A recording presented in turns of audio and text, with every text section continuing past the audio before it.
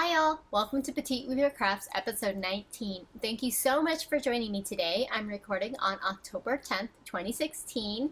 For returning viewers, thank you so much for coming back. And for new viewers, this is a video podcast about knitting, spinning, weaving, sewing, and pretty much any crafty thing that you can think of. For this week, I have some stash, a finished object, some works in progress, recap of my upcoming Knitalong, and a few events that I will be attending soon. So first up is stash. So recently Helen Stewart released her newest shawl, which is the Aurorae shawl. It is designed with gradient sets in mind. So I ended up purchasing a set of Seven Sister Arts gradient on their fingering base. And the colorway that I picked up was Tranisition Metals. And this gradient set goes from light gray to jet black.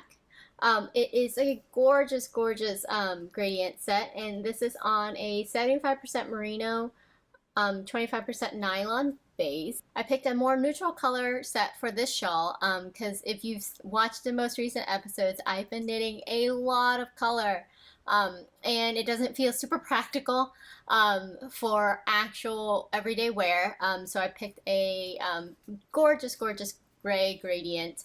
I haven't cast on this project yet because I have quite a bit of stuff that is in progress, so I want to finish a little bit of those up before I start this shawl. But oh my goodness, how gorgeous. Oh, I love it. I'm so excited. That's it for my stash this week. I was a little bit better about not purchasing too much yarn because I am going to be traveling out of town for work and knew that I would be picking up yarn on my trip. So look forward to seeing that next week. Up next is my finished object. So I finished a pair of Rose City rollers using some Oglier yarn that I picked up last week. And this is just a basic top down shorty sock with a heel flap and gusset. I tried out the rounded toe instead of my normal square toe, and I don't know that I love it. I think for my foot I prefer a square toe. And for these socks I use DPNs for the first time. I don't normally use DPNs for almost anything really, but I definitely see the appeal of having one sock on the needles at a time because you get a finished object a lot quicker and you can see the progress that you're making a lot quicker as well. Yeah, and I used the Addy Flip Sticks DPN set in a size 0. And yeah, I like them so far. I think I might cast on another sock with them soon to have for my plain knitting. Alrighty, so on to works in progress for this week. I've still been knitting on my Sockhead Hat. I'm almost ready for some crown decreases, and this is using my sock blank that I won as a prize from High Fiber Diet in the tie-dyed Sunshine colorway. But yeah, this is just a basic stockinette hat with a very large rib brim. It looks giant because it's meant to be a very slouchy hat, and you're supposed to fold up the brim on this. So realistically, it's not as nearly as big as it looks. But I'm almost ready for crown decreases, so I should have this one done soon-ish as well. So next up for my works in progress is my Threshold sweater by Melanie Berg. I had just casted on the ribbing on this last time I saw you guys, and now I'm about 5 inches past the underarm seam, and it has this super gorgeous stitch patterning on the front, and I'm knitting this out of Forbidden Woolery's Pride base, which is their superwash merino, nylon, and stellina. And the colorway is called Goldilocks, and I love this color so much. I'm super excited to have this sweater for the winter. It's super squishy and soft, and the stitch definition on this yarn is gorgeous. And it's you can kind of see it here. It's a semi-solid yarn. Beautiful yarn. And the pattern itself is written super well, and I just love the texture on this. And yeah, I'm looking forward to having another sweater done for the winter pretty soon. Okay, last but not least for my works in progress. So if you guys check me out on Instagram, I have been pretty obsessed with this new knit-along that's happening. It's called the Building Blocks KAL. It is hosted by Stephen West of West Knits, and every year he does a mystery knit-along where he releases one clue a week for 4 weeks. You have no idea what the pattern is going to look like at all. He just tells you the yarn requirements. So the first clue was released on Friday, and I cast on that day. And here it is. It's this super fun building blocks kind of theme here. You have squares and trapezoids in the pattern in various texture details. Stephen West always has the most interesting construction for his shawls, because this first little section right here is where we started, and then we kind of added I-cord along the way to kind of get up to the size that we have now. And yeah, it's just super fun. I know mystery knit-along kind of makes some people anxious, but I really enjoy kind of following on Instagram, seeing what everyone else's project looks like, and I just think it's a lot of fun. And I do really like his shawls. And this one required 1,200 yards of fingering weight yarn, so I'm guessing it's going to be more of a blanket or shawl blanket than it will be like a small shawlette shape, which I really like the larger size shawl. And with all the traveling that I'm going to be doing in the next few weeks, even if I don't finish the project, knitting on this giant project in the plane will keep me warm. So let's talk about the yarn. So for this project, it requires 4 colors, and the 4 colors that I selected was for color A, I used this lovely tonal purple berry color, and this is by Lisa Souza Dyework in her Marionberry colorway, and it is on her hard twist base, which is 100% superwash merino, and it's 500 yards. And the pattern required 400 yards per skein. So this one's much bigger than I needed, but I pulled all these yarns from stash. I was being semi-good about this.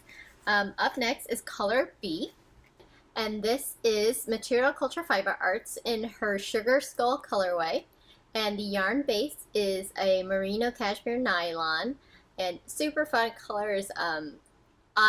If you remember, I purchased 3 skeins, and the plan is to knit a Donner sweater out of these yarns, and the skeins ended up being 490 yards or so per skein, which is 3 skeins would have been way more than I needed for my Donner sweater that I had planned, so I commandeered one of the skeins to use for the shawl.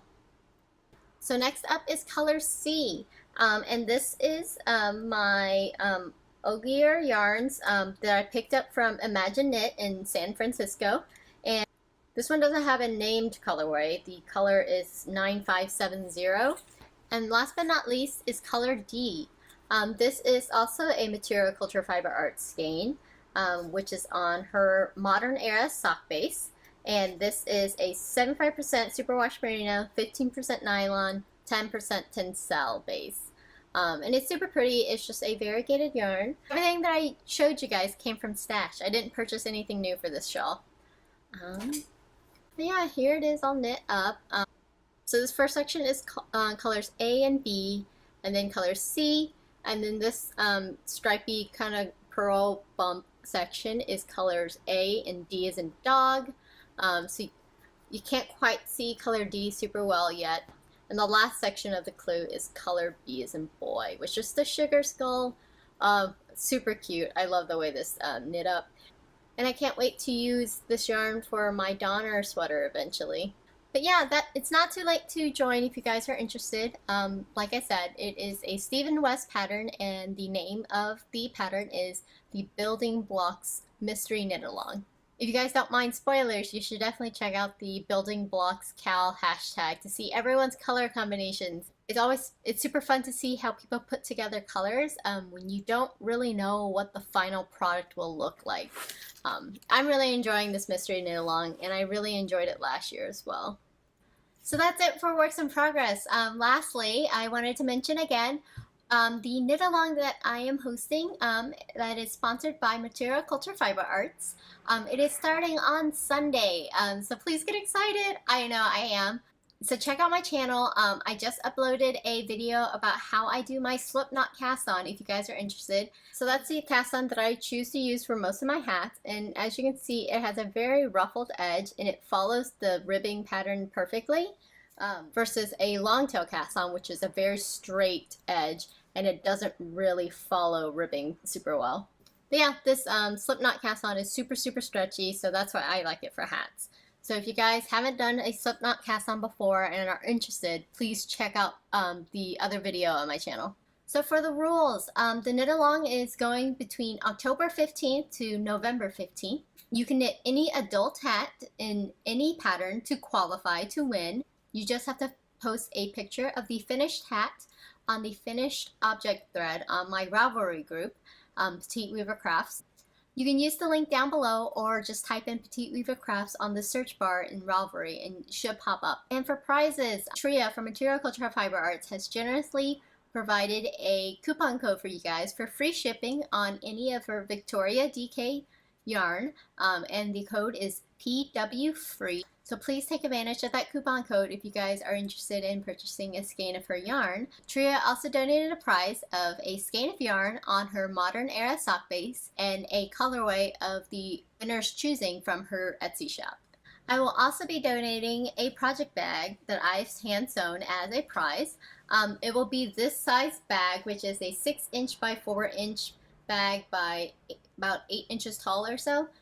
And I haven't made the project bag yet, but the fabric I will be using is this lovely kind of orange corally stripe canvas as the bottom, with this lovely paisley fabric as the top contrast fabric, and then last but not least this super cute yellow thistle flower pattern as the lining fabric. So yeah, let's get excited. Please use the hashtag PWCHatAlong so I can follow you guys and your progress on Instagram. I really look forward to you guys joining me in making more hats. So yeah, feel free to double dip in other hat alongs. I know there's quite a few going on right now because it's the fall. Everyone's getting really excited for knits. And hats are a great way to practice new stitch patterns and techniques. So that's it for me this week. I have a lot of travel upcoming. I'm flying to Boston this week, and then San Francisco the following week, and then Seattle the week after, and then Hawaii and Japan. But my podcasting schedule should not be affected up through the end of this month. I will still be releasing an episode a week until November. So yeah, look forward to lots of stash incoming soon. I definitely will be stopping at yarn shops along the way. So make sure you follow me on Instagram as Petite Weaver to see much more frequent updates of all the crazy things that I get myself into. Thank you so much for joining me today, you guys, and I will talk to you next week. Bye!